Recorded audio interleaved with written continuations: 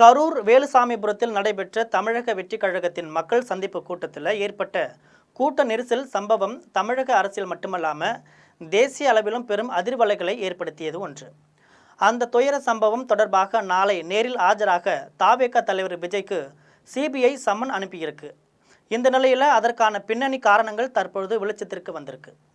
இது பற்றி ஜெம் தொலைக்காட்சி வழங்கும் சிறப்பு செய்தி தொகுப்பை தற்பொழுது பார்க்கலாம்.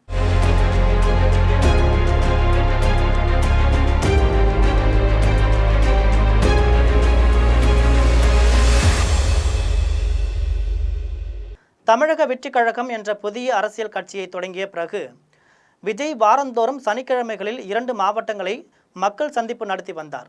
அந்த வரிசையில் 2025 செப்டம்பர் 27ஆம் தேதி கரூர் மாவட்டம் வேலுசாமிபுரத்தில் நடைபெற்ற மக்கள் சந்திப்பு கூட்டத்தில் எதிர்பாராத அளவுக்கு மக்கள் திரண்டனர். இந்த கூட்டத்தின் போது ஏற்பட்ட கூட்ட நெரிசலில் பெண்கள், குழந்தைகள் உட்பட 41 பேர் உயிரிழந்தாங்க. மேலும் 100க்கும் மேற்பட்டோர் பலத்த காயங்களுடன் மருத்துவமனையில் அனுமதிக்கப்பட்டாங்க.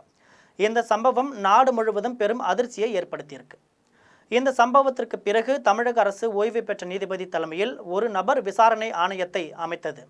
ஆனால் தமிழக வெற்றிக் கழகம் சார்பில் உச்சநீதிமன்றத்தில் வழக்கு தொடரப்பட்டதை தொடர்ந்து கரூர் கூட்ட நெரிசல் சம்பவத்தை சிபிஐ விசாரிக்க வேண்டும் என்று உச்சநீதிமன்றம் உத்தரவிட்டது.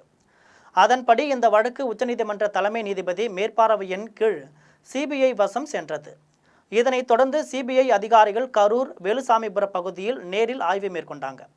சம்பவ இடத்தை ஆய்வு செய்ததுடன் அப்பகுதி மக்கள், கடை வைத்திருந்தவர்கள், கூட்டத்தில் பங்கேற்றவர்கள், உயிரிழந்தவர்களின் குடும்பத்தினர் என பலரிடம் விசாரணை நடத்தினாங்க.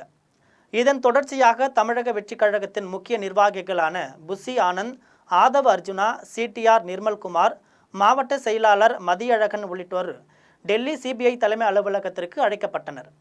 அவர்கள் 3 நாட்கள் தொடர்ந்து விசாரணைக்கு ஆஜராகி விளக்கம் அளித்தனர். இந்த விசாரணையின் போதே ஒரு முக்கிய திருப்பம் ஏற்பட்டதாக சொல்லப்படுது.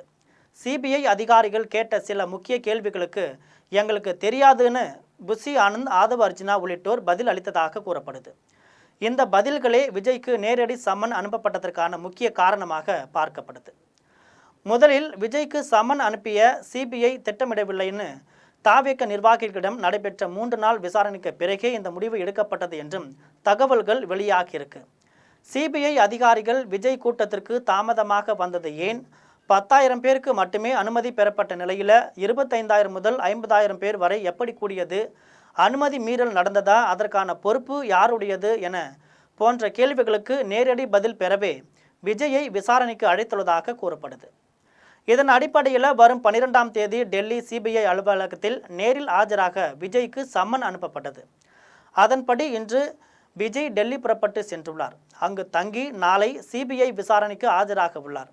ஏற்கனவே இந்த வழக்கு தொடர்பாக கரூர் மாவட்ட ஆட்சியர் தங்கவேல், கரூர் எஸ்பி ஜோஷ் தங்கையா உள்ளிட்ட காவல்துறை உயர் அதிகாரிகளுக்கும் டெல்லிக்கு வரவழைக்கப்பட்டு விசாரிக்கப்பட்டிருக்காங்க என்பது குறிப்பிடத்தக்கது. விஜயின் அரசியல் பயணம் ஆரம்ப கட்டத்திலேயே இருக்கும் நிலையில் இந்த சிபிஐ விசாரணை அரசியல் ரீதியாகவும் சட்ட ரீதியாகவும் மிக முக்கியமானதாக பார்க்கப்படுது.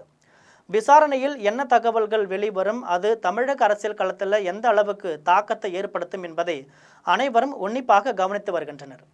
இது போன்ற செய்திகளை தெரிந்து கொள்ள ஜெம் தொலைக்காட்சியுடன் தொடர்ந்து இணைந்திருங்கள். வணக்கம்.